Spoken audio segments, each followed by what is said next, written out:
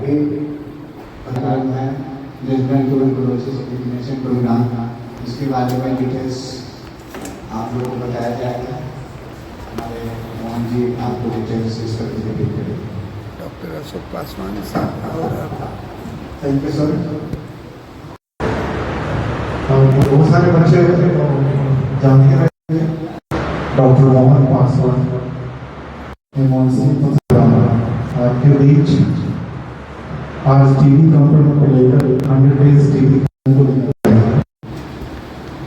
मेरी बच्चों को टीबी के बारे में अवेयर करना भी है। टीबी के बारे में टीचर्स को अवेयर करने की जरूरत नहीं है, आप लोग अच्छे से जानते हैं, बच्चों को पढ़ाते भी हैं। चलिए इस बहाने हम लोग एक दूसरे से कुछ सीख भी लेंगे कि आप लोग क्या पढ़ाते हैं और हम लोग क्या चाहते हैं। तो फिर में हम लोग टीबी के संबंध में काम करते हैं, खासकर छोटी जगह में, पथरामा जैसे जगह में हम लोग कैसे अर्ली डायग्नोसिस और अर्ली ट्रीटमेंट देकर हम लोग जो हमारा टीबी का एम है उसको कैसे अचीव करते हैं, बस यही बात करने हैं। कोई ऐसा उद्देश्य नहीं कि आप लोगों का क्लास या सेशन में बनाएगा, सिर्फ इतना उद्देश्य है कि हम लोग अपने एरिया से कैसे डिटेक्ट करने टीबी के मरीज को, कैसे स्क्रीनिंग कर और उसका पूरा ट्रीटमेंट ध्यान देकर टीबी को कैसे हम लोग एलिमिनेट करें, यही हमारा उद्देश्य है। और इसी उद्देश्य के साथ हम एक प्रभारी के रूप में और इंटरेस्ट मेरा ये था कि इससे पहले टीबी के पदाधिकारी साइड में हम थे जिला के, तो लगता है कि कुछ मेरे पास है तो आप लोग और ऐसा एंटीबायोटिक देंगे, एकदम ऐसा एंटीबायोटिक देंगे कि जो हमारा AFB है वो मास ना हो, ठीक है। अगर सिंपल अगर खांसी है उसको तो 2 वीक्स में वो कब उसका क्या होगा, परसिस्टेंट नहीं होगा, वो सबसाइड कर जाएगा, ठीक हो जाएगा। लेकिन टीबी के कारण अगर उसमें खांसी है 2 वीक्स चला वो एंटीबायोटिक 2 वीक्स चले, फिर हम लोग क्या कराएंगे, RE याद है या लाया, RE का मतलब रिपीट एग्जामिनेशन, RE का मतलब रिपीट एग्जामिनेशन हम लोग कराते हैं और स्कूटर पे कराते हैं। अगर उस समय कोई एक पॉजिटिव आ गया इसका मतलब टीबी कंफर्म हुआ, दोनों का दोनों पॉजिटिव आ गया, फिर अगर दोनों का दोनों निगेटिव आ गया तब वो जो बच्ची बताई कि एक्सरे कराएंगे, उस समय रोल है 2 वीक्स के बाद हम लोग एक्सरे करेंगे। अगर एक्सरे में हम फाइंडिंग देखते हैं कि एक्सरे पॉजिटिव है, ठीक है, हम लोग फाइंडिंग देखते हैं एक्सरे, इसका मतलब वो टीबी हो गया। और अगर वो एक्सरे पॉजिटिव है फिर उसको चेस्ट के पास उस केस को हम करते हैं। तो इतना लंबा प्रोसेस है, लगभग 1 महीना बीत जाता है और पेशेंट का हाल बहुत बुरा है। कभी कभी तो फील्ड में आप देखिए कि ऐसे पेशेंट आते हैं जिनको हेमोप्टिसिस हो गई, ठीक है, खांसी में खून आ रहा है। अब उस समय हम लोग क्या करते हैं, बहुत सारे डॉक्टर अनट्रेंड जो हैं वो नहीं देते हैं स्कूटर और ऐसा का मतलब स्पॉट मॉर्निंग समय। अगर उस समय हम स्कूटर टेस्ट कराएंगे तो क्या होगा, 10 बच्चे कोई बता सकते हैं हमको, अगर किसी को हेमोप्टिसिस हो रहा है और हम लोग उस समय स्कूटर टेस्ट कराएंगे तो क्या है, कुछ आपको बताओगे तुम, तब ये तुम ब्लड दिए हमारे यहाँ, तुम ब्लड भी दिए हो ना, डोनेट किए ब्लड हमारे नहीं, चलो बताओ की हो ट्रेनिंग, अच्छा तब तुम्हारी बैच में ब्लड दिए होगी, बताओ अगर मान लो किसी को स्कूटर में ब्लड है और उसका उस समय हम लोग टेस्ट करेंगे तो क्या होगा, याद है?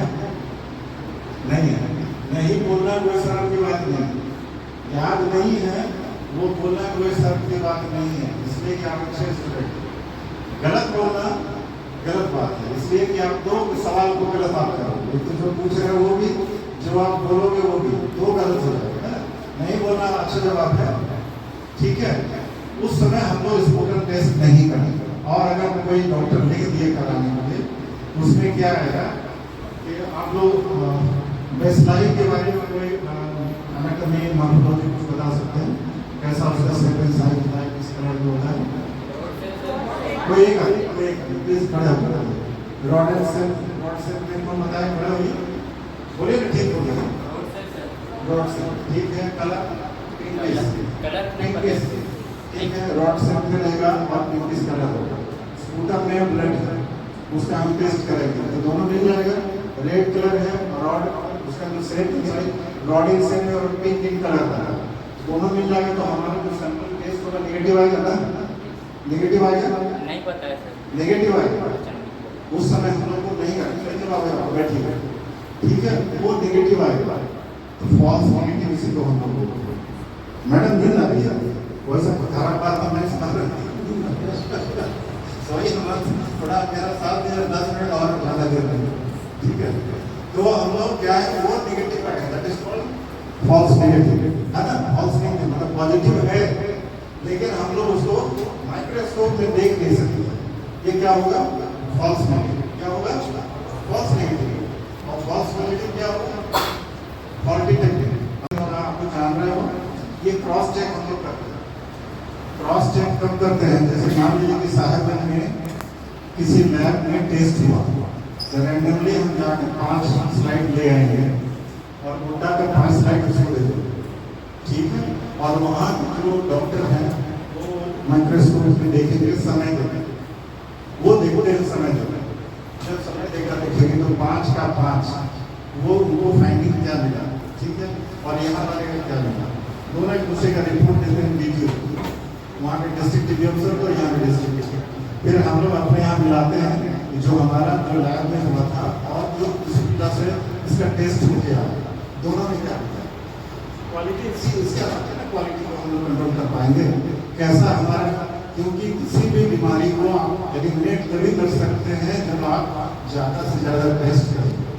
जैसे कोविड एक उदाहरण है, कोविड एक उदाहरण है। कोविड में हम लोग क्या करते थे, एकदम लग गए थे टेस्ट करते हैं, जो भी आएगा उसका टेस्ट करेंगे, थोड़ा भी छिप किया थोड़ा भी काम किया तो उसका टेस्ट करना ही होता है, ज़्यादा से ज़्यादा टेस्ट करना। देखो लोग लेकर रहते थे कि आज के बिना टेस्ट कर दीजिए, 1000 हुआ 2000 हुआ 5000 हुआ, जितना ज़्यादा आप टेस्ट करेंगे उतना ज़्यादा हम बीमारी को स्क्रीनिंग कर पाएंगे, ठीक है। तो यही क्वालिटी है। तो हमारा आज एक्सरे जो है उसी संदर्भ में हम लोग एक्सरे करने के दूसरा हुआ उसमें स्ट्रैटेजी बना कि हम लोग उसमें डॉट्स इंप्लीमेंट करेंगे। क्या करेंगे, दूसरा स्ट्रैटेजी बना क्या, डॉट्स को इंप्लीमेंट करेंगे। तो डॉट्स क्या है, तो एक आदमी आप लोग बताओगे, directly observe treatment of short course की मतलब, ठीक है, वेरी गुड। तो डॉट्स का मतलब कि डायरेक्टली ऑब्जर्व, मतलब कि पेशेंट को कोई दवा खिला रहा है तो उसको कोई ऑब्जर्व करेगा, कौन करेगा, तो उसके लिए हम लोग डॉट प्रोवाइडर चुनेंगे। कौन चुनेंगे, डॉट प्रोवाइडर को चुनेंगे। तो कौन हो सकता है डॉट प्रोवाइडर, वो एक आदमी बताइए डॉट प्रोवाइडर कौन हो सकता है, बोलिए एक आदमी डॉट प्रोवाइडर कौन हो सकता है।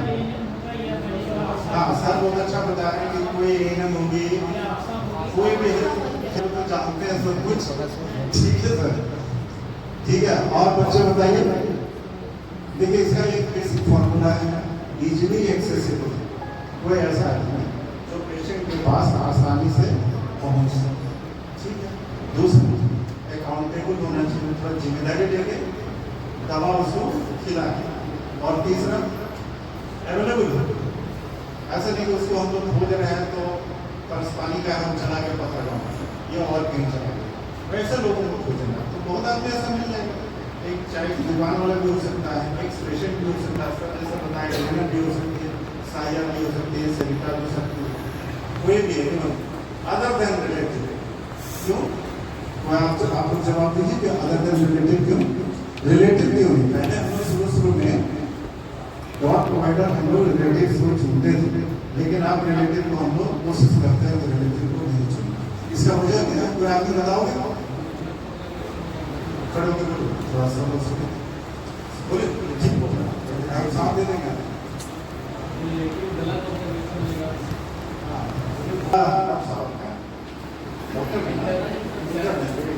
देखिए रिलेटिव को हम लोग इसलिए नहीं चुनते हैं कि जैसे मान लीजिए कि फादर को हम इसलिए आप बहुत मांगे और बेटे की दवा बेटी की दवा तो अगर मान लीजिए दवा खिलाते समय बेटा बोला कि आज पापा भूख नहीं लग रहा है, तो तबीयत ठीक नहीं लग रहा है, आज छोड़ दीजिए करना है, तो इमोशनली लोग कोशिश करते हैं कि बेटा आज तुमको तकलीफ है तो कल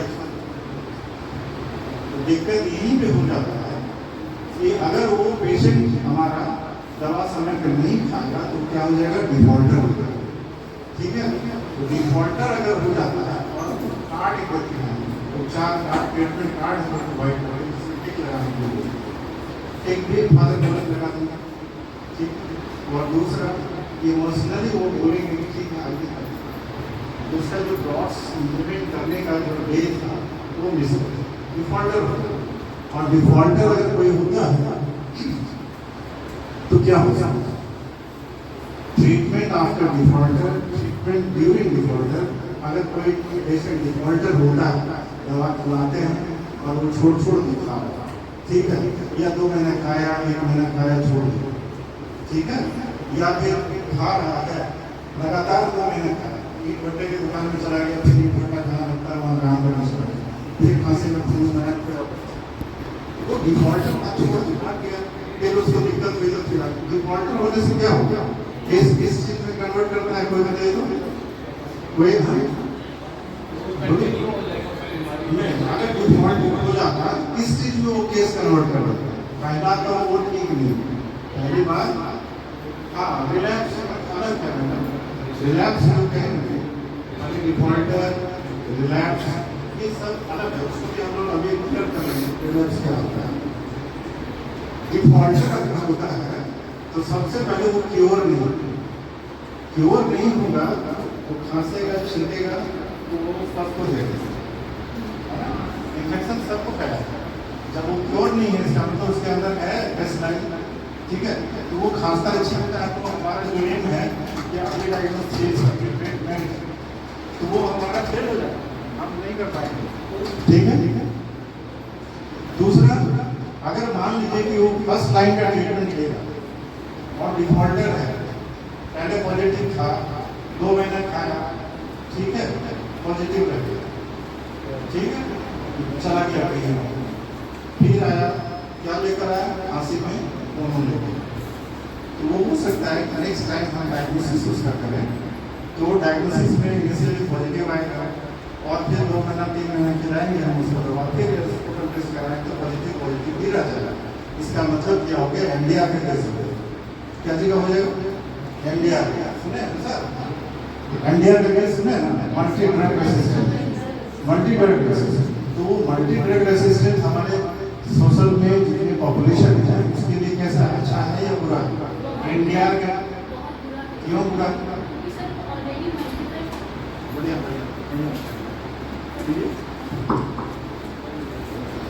सर एक्चुअली वो ऑलरेडी एमडीआर के केस में चला जा चुका है और हम लोग उसको ऑलरेडी ट्रीटमेंट दिए हैं, जब हम लोग देते हैं टीबी के केस में तो उससे क्या होता है कि वो ऑलरेडी रेजिस्टेंट हो गया, तो अभी हम जो लाइन ऑफ ट्रीटमेंट उसको कंटिन्यू करेंगे तो उस पेशेंट को उसको क्योर ही नहीं हो पाएगा, और अभी भी चूँकि उसको टीबी है तो वो कैपेबल है कि वो इन्फेक्शन को फैला सके, तो उससे दूसरे पेशेंट को भी जो प्रॉब्लम होगी वो भी एमडीआर ही निकलेगा।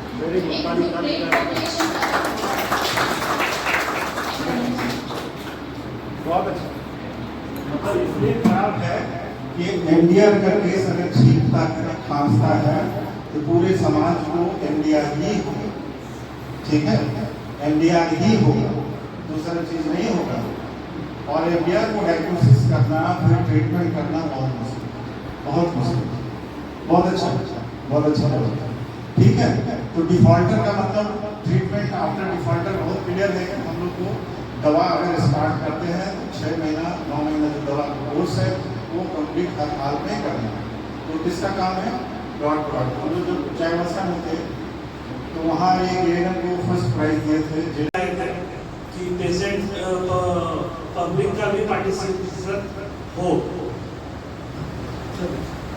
कोई एक पेशेंट को बोल देते थे, जैसे हम 5 पेशेंट को लेके बोल रखे थे, कोई एक आपके साथ अडानी ग्रुप का पूरे पेशेंट को ले लिए, ठीक है, और गोद लेने का मतलब है एक पेशेंट को 500 या 550 के आसपास फूड बास्केट देना, एक पेशेंट को लगभग 500-550 रुपये का फूड बास्केट देना, जब तक उसका इलाज होगा हर महीना उसको प्रोवाइड करें। ये माननीय प्रधानमंत्री का ये प्रोग्राम है लॉन्च हुआ, हम लोग उसको निक्सन भी प्रमोट करते हैं, तो निक्सन भी आया, टीबी में दवा के साथ साथ भोजन क्यों जरूरी है, इसके पीछे क्या कारण था? सभी बीमारियों में ऐसा है, लेकिन टीबी में दवा के साथ साथ उसका पौष्टिक भोजन, पौष्टिक आहार क्यों जरूरत है? कोई आदमी बता सकता है? टीबी को पहले क्या कहा जाता है? राजरोग। राजरोग कहा जाता है, सुने थे आप लोग? राजरोग। टीबी को राजरोग इसलिए कहा जाता था कि राजा महाराजा जैसे लोगों को अगर टीबी होता था, टीबी बीमार था, राजरोग। राजरोग इसलिए जो खाते पीते राजा महाराजा जैसे घर के लोग हैं, उनको अगर टीबी हो गया तो वो लोग उस दिन सर्वाइव करते थे, उस दिन जीते थे, क्योंकि खाने के बल होते, ठीक है। लेकिन जो गरीब आदमी थे उनको अगर हो जाता था तो वो मर जाते थे जल्दी, ठीक है। इसलिए इसको राजरोग, उसी को ध्यान में रखते हुए माननीय प्रधानमंत्री का सोच इस तरह से एक स्ट्रेटजी RNTCP का ये भी आया कि डिक्शन मित्र हम लोगों को बनाना है, ठीक है। उसके बाद आया कि नहीं, इसमें पहले था कि हम दो में B और C दो तरह का 3 तरह की दवाइयाँ देते थे और 12 महीना या फिर 2 साल चलता था। अब हुआ कि नहीं, इसमें शॉर्ट कोर्स करना है, मतलब कोर्स को छोटा करना है, 6 महीना और 9 महीना, और रेगुलर दवाई सप्लाई करना। ऐसा नहीं कि दवाई एक बार दे दिए तो फिर स्टेट से आता रहेगा। 3 महीने का बफर स्टॉक आपको रखना ही रखना चाहिए ताकि दवा की कमी न हो। उसके बाद आएगा नहीं, इसमें पॉलिटिकल कमिटमेंट होना चाहिए, जो पॉलिटिकल पर्सन है उनका भी इन्वॉल्वमेंट हो, वो भी देख रेख करे कि टीबी कैसा चल रहा है करके। आप कभी भी देखिएगा, माननीय मंत्री महोदय अगर आते हैं, किसी भी स्टॉल पे जाते हैं, टीबी के बारे में जरूर पूछते हैं, कहते हैं कि टीबी का मरीज कितना है, इलाज ठीक से चल रहा है ना, दवा की कमी तो नहीं है, अगर कोई दिक्कत है तो बताइए। आप जरूर पूछते, कोई भी मंत्री हो, कोई भी MLA हो, माननीय कोई भी आते, यहाँ तक कि MLA और प्रमुख और मुखिया भी पूछते, वो लोग भी मेंबर हैं, वो लोग भी पूछते टीबी से के संबंध में बताइए, हमको कोई दिक्कत नहीं। एक पॉलिटिकल कमिटमेंट उसमें डाला गया स्ट्रेटजी, तो ये चला वहाँ से। माननीय प्रधानमंत्री का जब इसमें योगदान है और सारे लोगों का हो गया, ठीक है। इन्फेक्शन बहुत अच्छा, ये लोग जवाब भी बहुत अच्छा बैठा है। 2 तरह का है क्लासिफिकेशन, क्या क्या है? एक है पल्मोनरी टीबी, दूसरा extra pulmonary. Pulmonary means lungs, extra pulmonary जो लंग्स से बाहर किसी भी ऑर्गन में अगर होगा, ठीक है। तो अब ये 2 चीज है, इसको हम लोग अपने फील्ड में भी, जैसे हम लोग OPD में करते हैं, इसको रूल आउट करते हैं कि पल्मोनरी टीबी लेके आए हैं या एक्स्ट्रा पल्मोनरी। पल्मोनरी अगर लेके आया या एक्स्ट्रा पल्मोनरी लेके, हर हाल में हमको इसको टेस्ट करना ही करना, ठीक है। इसको बेसिक हम एकदम याद रखिएगा, कोई भी टीबी लेके आता है तो हमको पल्मोनरी टीबी का जो स्पूटम टेस्ट है वो करना ही करना, ठीक है। तब फिर एक्स्ट्रा पल्मोनरी का करना। मान लीजिए किसी को प्लूरल